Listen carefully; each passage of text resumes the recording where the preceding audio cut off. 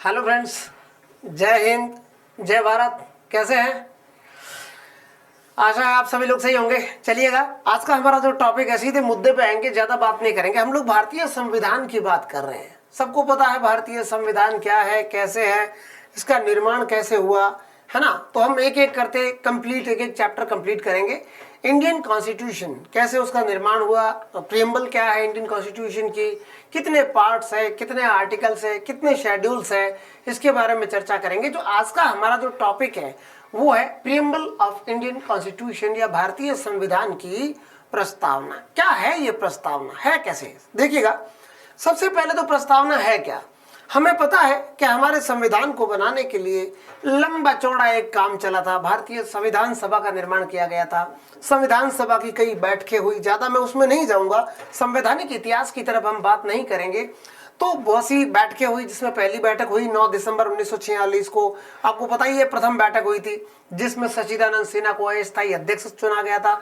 उसके बाद 11 दिसंबर को दूसरे तीसरे दिन जो स्टार्ट हुई थी उसमें डॉक्टर राजेंद्र प्रसाद को स्थायी अध्यक्ष चुना गया था। और उसके बाद में 13 दिसंबर 1946 को पंडित जवाहरलाल नेहरू के द्वारा उद्देश्य प्रस्ताव पेश किया गया था। यही उद्देश्य प्रस्ताव बाद में जाकर के भारतीय संविधान की प्रस्तावना बना। तो इसके बारे में आज हम विचार करेंगे, क्या है भारतीय संविधान की प्रस्तावना। दोस्तों, मेरा ये मानना है ऐसा कोई एग्जाम नहीं है जिसमें भारतीय संविधान की प्रस्तावना के बारे में सवाल नहीं आता। अगर आप सब इंस्पेक्टर बनना चाहते हैं या आप इवन आगे कभी फ्यूचर में कोई भी एग्जाम देते हैं, सीईटी का एग्जाम देते हैं या आरएस का देते हैं या कोई और आईएएस का देते हैं या सेंट्रल गवर्नमेंट के या स्टेट गवर्नमेंट के कोई भी एग्जाम देते हैं, तो यहां से क्वेश्चन पुटअप होता है।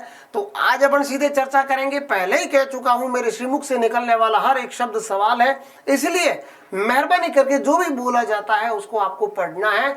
और अगर आप मान लो देख नहीं सकते कभी वीडियो, तो उसको आपको कानों में हेडफोन डाल के भी सुनना है, ताकि आपका जीके बहुत कुछ क्लियर हो जाएगा। तो लेट्स गो, करते हैं स्टार्ट हम लोग भारतीय संविधान की प्रस्तावना। अब संविधान की प्रस्तावना है क्या? सबसे पहले तो हर व्यक्ति को जो कंपटीशन की तैयारी कर रहा है, जो प्रतियोगी परीक्षाओं की तैयारी कर रहा है एज ए प्रतियोगी के रूप में, तो उसके लिए जरूरी है कि उसे संविधान की प्रस्तावना पूरी याद हो। तो साथियों, मेरे साथ बोलिएगा, हम भारत के लोग भारत को एक संपूर्ण प्रभुत्व संपन्न समाजवादी पंथ निरपेक्ष लोकतांत्रिक गणराज्य बनाने के लिए तथा प्रत्येक नागरिकों को सामाजिक, आर्थिक, राजनीतिक न्याय, विचार, अभिव्यक्ति, विश्वास, धर्म और उपासना की स्वतंत्रता, प्रतिष्ठा और अवसर की समता, साथ में गरिमा और राष्ट्र की एकता और अखंडता को सुनिश्चित करने वाली बंधुता को दृढ़ संकल्प होकर अपनी इस संविधान सभा में आज दिनांक तारीख भी दी गई है 26 नवंबर 1949 को मार्क्सिस्ट मिति शुक्ल सप्तमी विक्रम संवत 2006 को एतद द्वारा अंगीकृत, अधिनियमित और आत्मार्पित करते हैं। मतलब आपको पूरी प्रस्तावना याद होनी चाहिए। एक ही चीज है ध्यान रखना, अगर आप प्रस्तावना का क्वेश्चन सही करना चाहते हैं then it's necessary for you कि आपको हर चीज याद होनी चाहिए। चलिएगा, अब आते हैं प्रस्तावना पे। लिखी हुई है, ज्यादा घबराने की जरूरत नहीं है, आपको मिल जाएगी, ठीक है ना। तो अब मिल रही है आपको प्रस्तावना। देखिएगा, हम भारत के लोग भारत को एक संपूर्ण प्रभुत्व संपन्न समाजवादी पंथ निरपेक्ष लोकतांत्रिक गणराज्य बनाने के लिए तथा उसके समस्त नागरिकों को सामाजिक, आर्थिक, राजनीतिक न्याय, विचार, अभिव्यक्ति, विश्वास, धर्म और उपासना की स्वतंत्रता, प्रतिष्ठा और अवसर की समता प्राप्त कराने के लिए तथा उन सब में व्यक्ति की गरिमा और राष्ट्र की एकता और अखंडता को सुनिश्चित करने वाली बंधुता को दृढ़ संकल्प होकर अपनी संविधान सभा में तारीख आज की कंप्लीट 26 नवंबर 1949 मार्क्सिस्ट मिति शुक्ल सप्तमी विक्रम संवत 2006 को एतद द्वारा अंगीकृत, अधिनियमित और आत्मार्पित करते हैं। कुल मिलाकर आपको पूरा कंप्लीट पता होनी चाहिए, है ना। सबसे पहला काम इसको याद करना है। अब हम क्या करेंगे, देखिएगा साथियों, सिर्फ हम काम की बात करेंगे जो आपके एग्जाम के पर्पज से काम का है। सबसे पहले हम भारत के लोग, आप जो ये पहला ही चैप्टर देख रहे हैं, पहली ही लाइन देख रहे हैं, हम भारत के लोग, ये है हम भारत के लोग। पहली बात तो क्या है कि भारतीय संविधान की प्रस्तावना में क्या क्या है। देखिएगा, हम भारत के लोग यानी पहले ही पावर दे दिया गया है, we the people of India, हम भारत के लोग। हम भारत के लोग यानी अंतिम शक्ति संविधान में किसमें निहित है, यह संविधान का स्रोत कौन है? जनता है। क्या है? जनता है। कई बार क्वेश्चन पुटअप हो चुका है, ध्यान रखना। अगर अंतिम शक्ति या स्रोत के रूप में पूछ ले तो क्या है, संविधान का स्रोत कौन सा है, भारत के लोग है। अब हम एक एक शब्द पर चर्चा करेंगे। प्रभुत्व संपन्न राष्ट्र क्या होता है, समाजवादी क्या होता है, पंथ निरपेक्षता क्या होती है, लोकतंत्र क्या होता है और गणराज्य क्या होता है, और सामाजिक आर्थिक राजनीतिक न्याय, कितने प्रकार का न्याय दिया गया है, 3 प्रकार का। स्वतंत्रता कितने प्रकार की दी गई है, विचार, अभिव्यक्ति, विश्वास, धर्म और उपासना की स्वतंत्रता। और समता कितने प्रकार की दी गई है, 2 प्रकार की, प्रतिष्ठा और अवसर की समता। सॉरी। तो देखिएगा अब इसमें क्या क्या हमें तैयार करना है। सबसे पहले तो हम ये बात करेंगे कि भारतीय संविधान की प्रस्तावना में सबसे पहले जो सवाल पूछे जाते हैं, निम्नलिखित में से क्या शामिल है क्या नहीं है, यानी क्या चीज आती है और क्या चीज नहीं आती है। तो सबसे पहले संविधान में संविधान का जो स्रोत है, सबसे पहला, यानी इसकी 4 विशेषताएं देखिएगा। सबसे पहले तो इसका जो स्रोत है, क्या है, स्रोत है, यानी इसका जो सोर्स है वो जनता है। कौन है, यानी भारतीय संविधान में अंतिम शक्ति या सत्ता किसको दी गई है, जनता के हाथ में दी गई है। फिर दूसरा जो है इसका जो ये पार्ट है वो है भारत का, जो भारत एक राज्य है, यानी भारत का स्वरूप कैसा होगा, यानी भारत कैसा होगा, भारत का स्वरूप कैसा होगा। तो आपने देखा भारत का स्वरूप क्या है, लोकतांत्रिक गणराज्य, समाजवादी, पंथ निरपेक्ष, लोकतांत्रिक गणराज्य। ये क्या है, ये इंडिया का स्वरूप है, ये इंडिया ऐसा होगा। दूसरा, यानी इस संविधान के उद्देश्य क्या होंगे। अब संविधान के उद्देश्य क्या है भाई, सबको क्या है, न्याय देना। कितने प्रकार का, सामाजिक आर्थिक राजनीतिक न्याय। तीसरा, स्वतंत्रता, स्वतंत्रता कितने प्रकार की, विचार, अभिव्यक्ति, विश्वास, धर्म और उपासना की स्वतंत्रता। समता, प्रतिष्ठा और अवसर की, यानी ये उद्देश्य है, क्या है, ये टारगेट है, ये एम है इंडियन कॉन्स्टिट्यूशन के कि जनता को हमें ये प्रोवाइड करवाना है। तो देखिएगा सबसे पहला स्रोत हो गया, सोर्स क्या है। फिर भारत का स्वरूप, यानी भारत का नेचर कैसा होगा, इंडिया एज ए कंट्री कैसा होगा। फिर इसके उद्देश्य क्या है। और चौथा एक और टॉपिक आता है, ये सवाल कई बार क्वेश्चन पुटअप, ये क्वेश्चन कई बार पुटअप हो चुका है साथियों, तो इसलिए थोड़ा सा मैं इस पे जोर दे रहा हूं। अगला जो नेक्स्ट इसमें पॉइंट आता है वो ये आता है कि संविधान के लागू होने की तिथि क्या है, संविधान के लागू होने की तिथि। अब संविधान के लागू होने की तिथि, यानी संविधान लागू होने की तिथि, यानी संविधान लागू कब हुआ था, हमें पता है। देखिएगा यहाँ पे 2 क्वेश्चन आते हैं। पहली बात तो देखो, संविधान जो अंशतः लागू हुआ था वो 26 नवंबर 1949 को लागू हो गया, आपको पता ही है। कुछ जो आर्टिकल्स थे, कुछ पार्ट्स थे जिनको लागू किया गया था, और कंप्लीटली संविधान पूर्ण रूप से जो लागू हुआ था वो 26 जनवरी 1950 को हुआ था। तो देखिएगा, अब मान लो इसमें लागू होने की तिथि अगर ये है तो ध्यान रखना, ये लागू, अगर मान लो चारों ऑप्शन ये आ गए कि संविधान में क्या, जो संविधान है उसकी प्रस्तावना है, क्या दृष्टिगोचर नहीं होता या क्या नहीं मिलता है, तो लागू होने की तिथि नहीं है, ध्यान रखना। या तो अंशतः लागू होने की तिथि, तब तो ठीक है, या फिर ये कह सकते हैं कि लागू ना होकर के अंगीकृत, क्या है, जो पीछे जो आपके शब्द आए थे 3 इसमें, अंगीकृत, अधिनियमित और आत्मार्पित। क्या है, अंगीकृत, अधिनियमित और आत्मार्पित, इसके बारे में पूछा गया है। तो अंगीकृत या अंशतः लागू हुआ था कब, संविधान 26 नवंबर 1949 को। बस ये ध्यान रखना और कुछ नहीं है। चलिए आगे बढ़ते हैं, वापस अपन अगले चैप्टर पे आते हैं। एक एक चैप्टर पे हम चर्चा करेंगे, यानी एक एक टॉपिक पे इसके हम चर्चा करेंगे।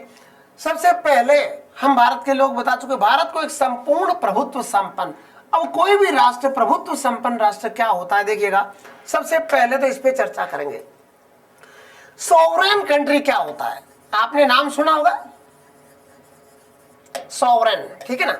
ये सॉवरेन कंट्री क्या है, संपूर्ण यानी प्रभुत्व संपन्न कंट्री क्या होता है। देखिएगा, सॉवरेन कंट्री से तात्पर्य है कोई भी देश जो अपने आंतरिक और बाह्य मामलों में स्वतंत्र होता है, यानी उसकी आंतरिक नीतियां या विदेश नीति कोई दूसरे तय नहीं करते, ना उन पे कोई दबाव होता है, और वो अपने आप अपनी नीतियां तय करते हैं, यानी पूर्णतः स्वतंत्र होते हैं, इसलिए उनको सोवरेन कहा जाता है। क्या कहा जाता है, यानी प्रभुत्व संपन्न। भारत दोस्तों प्रभुत्व संपन्न है। यदि भी देखिएगा, भारत राष्ट्रमंडल, आपने नाम सुना होगा, एक संगठन है राष्ट्रमंडल। भाई साहब, अब ये क्या है, ये कॉमनवेल्थ कहते हैं, आपने सुना होगा। कॉमनवेल्थ उन देशों का समूह है, यानी वही ब्रिटेन उसमें चीफ है, और वो लोग हैं जो पहले कभी, यानी वो देश है जो कभी पहले ब्रिटेन के गुलाम थे।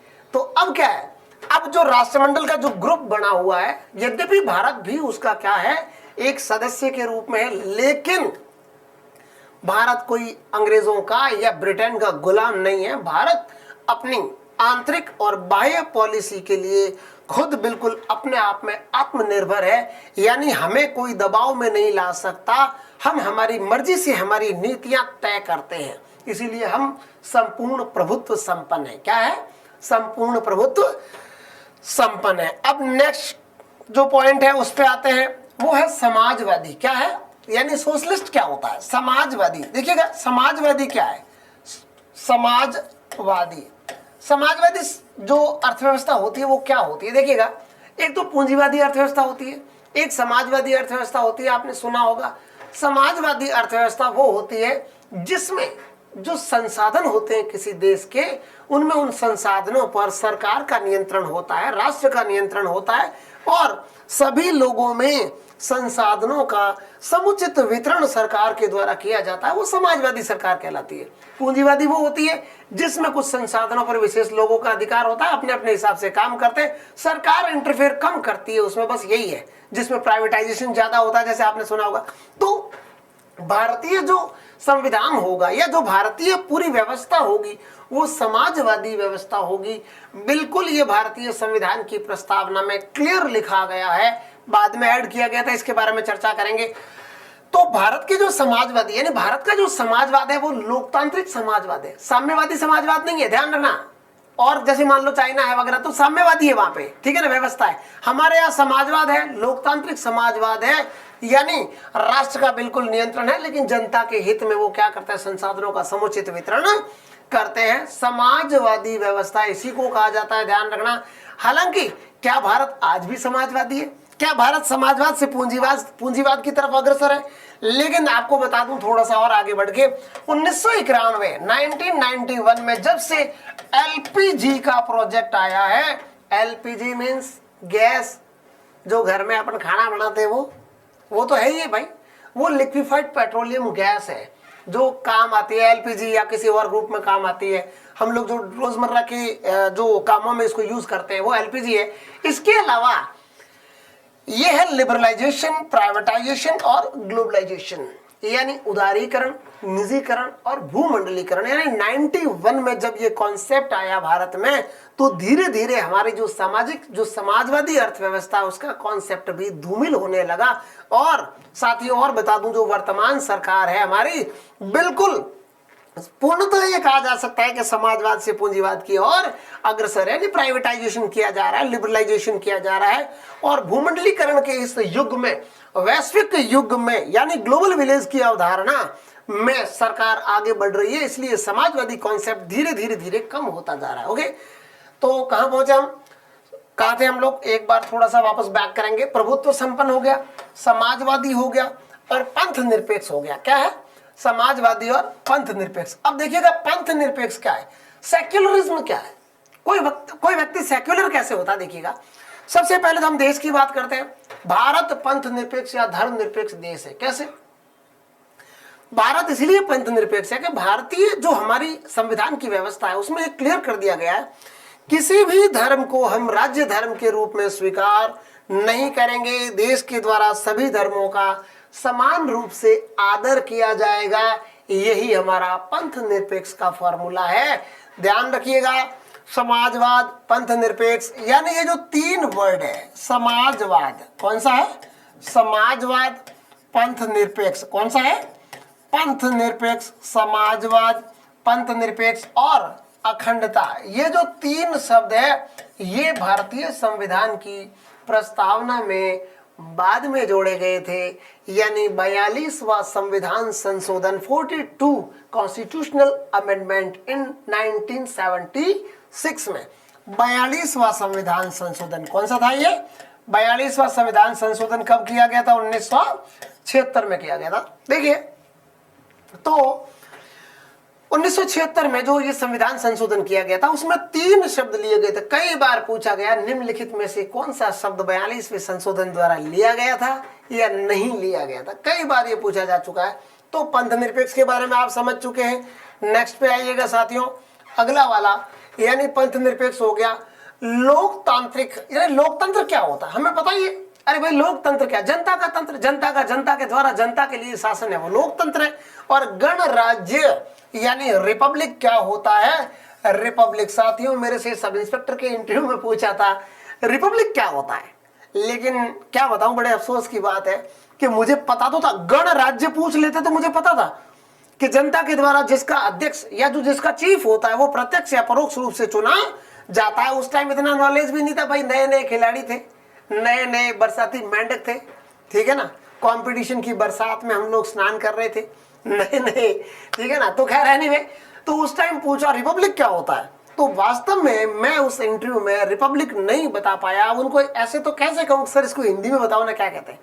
गणराज्य यानी एक ऐसा शासन होता है जिसका चीफ होता है वो जनता के द्वारा प्रत्यक्ष या परोक्ष रूप से चुना जाता है। उत्तराधिकार के नियम लागू नहीं होते। जैसे ब्रिटेन में क्या होता है, जो मुखिया है यानी जो राजा या रानी है वो क्या उत्तराधिकार से बनते हैं, उनको जनता के द्वारा नहीं चुना जाता है। ये सही है कि वहां भी लोकतंत्र है, लेकिन वहां पे क्या है संकेतात्मक व्यवस्था के रूप में राजा या रानी का कॉन्सेप्ट होता है। तो ज्यादा सोचने की जरूरत नहीं है, बट ठीक है जनता के द्वारा नहीं चुना जाता उसको, राजा का बेटा ही राजा बनता है, ठीक है ना, क्लियर।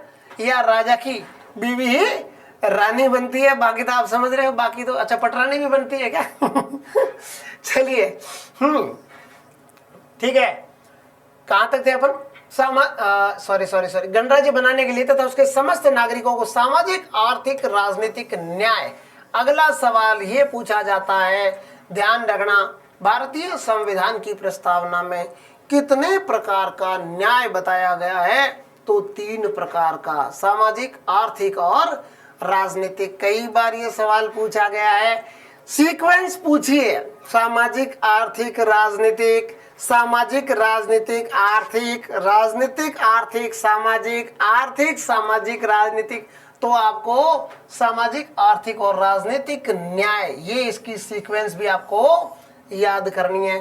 फिर पूछते हैं भाई कितने प्रकार की स्वतंत्रता दी गई है। देखिएगा स्वतंत्रता, अब आपको यहाँ अनुच्छेद 19 जो आर्टिकल 91A है वहां कंफ्यूज नहीं होना, वो स्वतंत्रता अलग है। जब हम फंडामेंटल राइट्स के बारे में चर्चा करेंगे तो आपको बताएंगे कि वो स्वतंत्रताएं कितने प्रकार की है और क्या क्या है।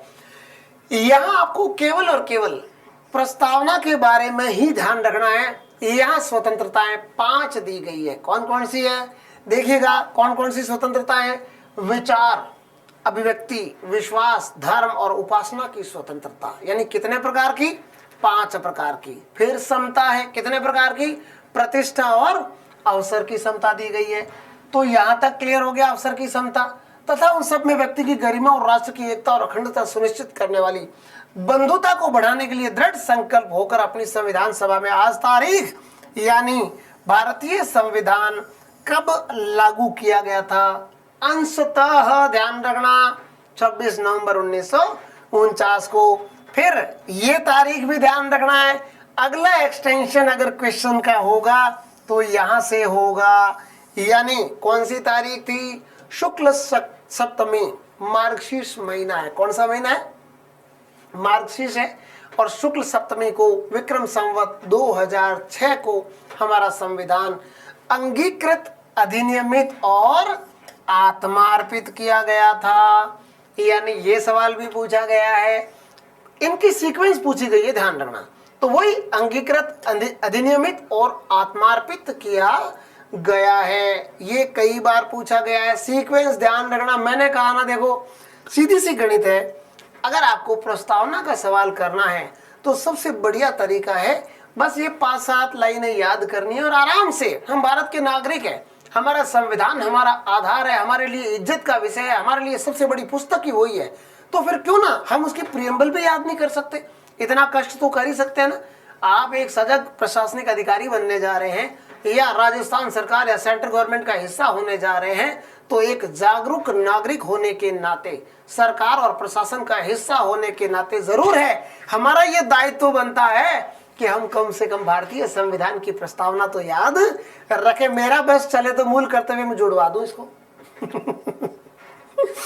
चलिए खैर, इसके अलावा अब भारतीय संविधान में और क्या क्या पूछते हैं, हम आगे बढ़ेंगे, थोड़ा सा इनको छोड़ देंगे, है ना, सीधे आगे प्रस्तावना के और क्या क्या क्वेश्चन आ सकते हैं। ठीक है, सबसे पहले तो प्रस्तावना को किन किन विद्वानों ने क्या क्या कहा है, यानी सीधा पूछते हैं कि संविधान का परिचय पत्र है, यानी क्या है, प्रस्तावना क्या है, परिचय पत्र है।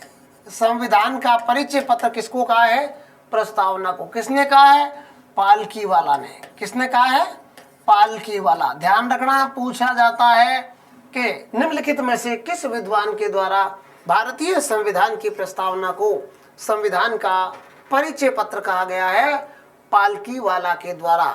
दूसरा कि भारतीय संविधान, देखिएगा, भारतीय संविधान में जो प्रस्तावना है वो संप्रभु लोकतांत्रिक गणराज्य का भविष्य फल है। क्या है, संप्रभु लोकतांत्रिक गणराज्य का भविष्य फल है, यानी संप्रभु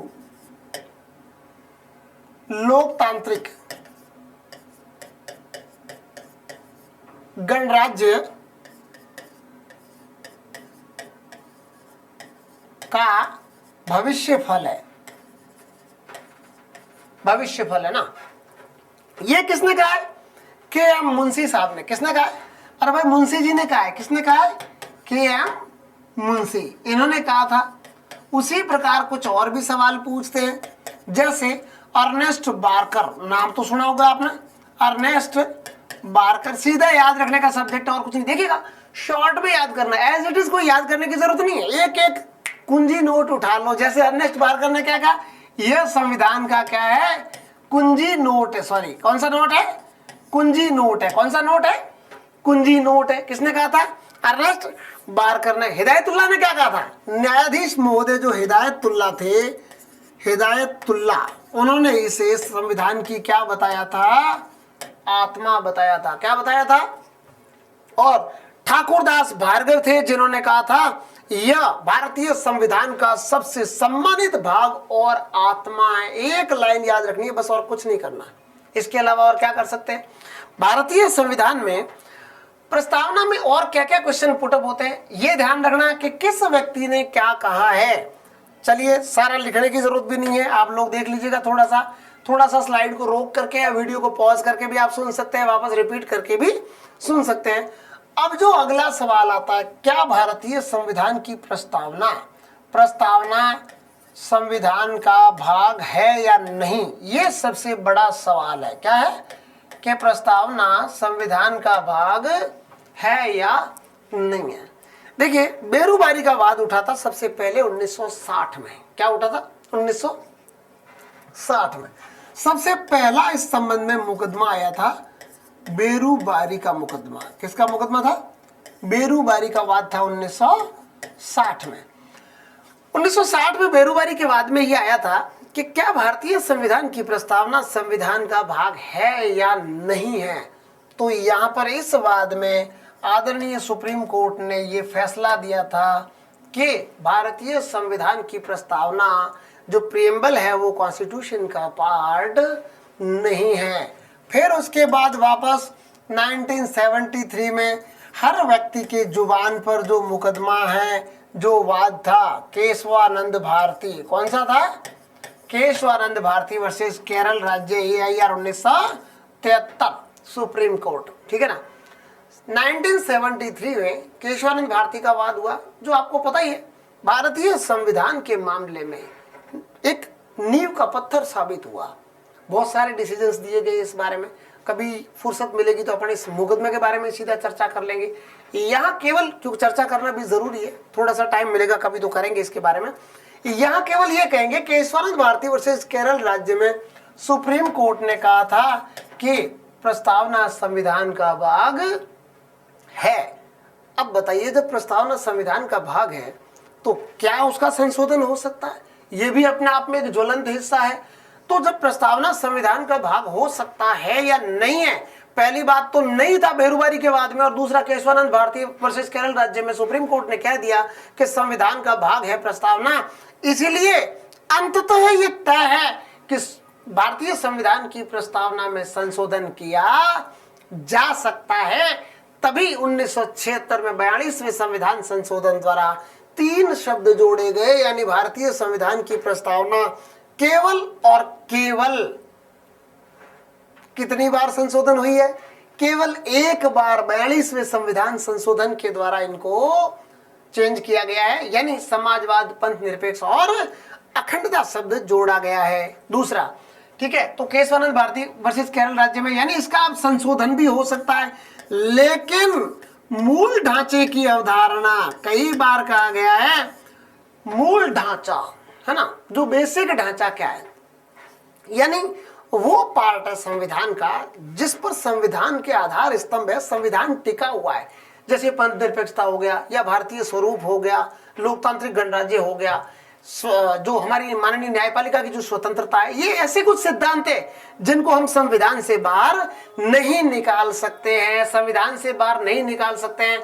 इसलिए देखिएगा, तो इसका मूल ढांचा है उसमें परिवर्तन किया जा सकता है या नहीं किया जा सकता है, यानी संविधान की प्रस्तावना में परिवर्तन तो किया जा सकता है लेकिन मूल ढांचे में परिवर्तन नहीं किया जा सकता। अगला सवाल यह आता है, कुछ ऐसे शब्द है साथियों जिनके बारे में पूछा जाता है कि ये भारतीय संविधान की प्रस्तावना में कहां से लिए गए हैं, जैसे सामाजिक, आर्थिक, राजनीतिक, न्याय। एक शब्द पूछा जाता है क्योंकि न्याय कितने प्रकार का पूछा गया है, सामाजिक, आर्थिक और राजनीतिक न्याय के बारे में पूछा गया है। ये 1917 की रूस की क्रांति से लिया गया है, आपको पता होना चाहिए।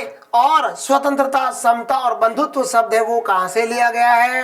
वो फ्रांस की क्रांति जो 1789 से लेके 1799 के बीच में लिया गया है। तो साथियों, इसी के साथ प्रस्तावना का आपका ये टॉपिक खत्म होता है। अगले चैप्टर में हम चर्चा करेंगे प्रस्तावना से रिलेटेड जो क्वेश्चंस है, क्वेश्चन आंसर सेशन होगा अलग से, उनके बारे में चर्चा करेंगे। तब तक के लिए जय हिंद, जय भारत।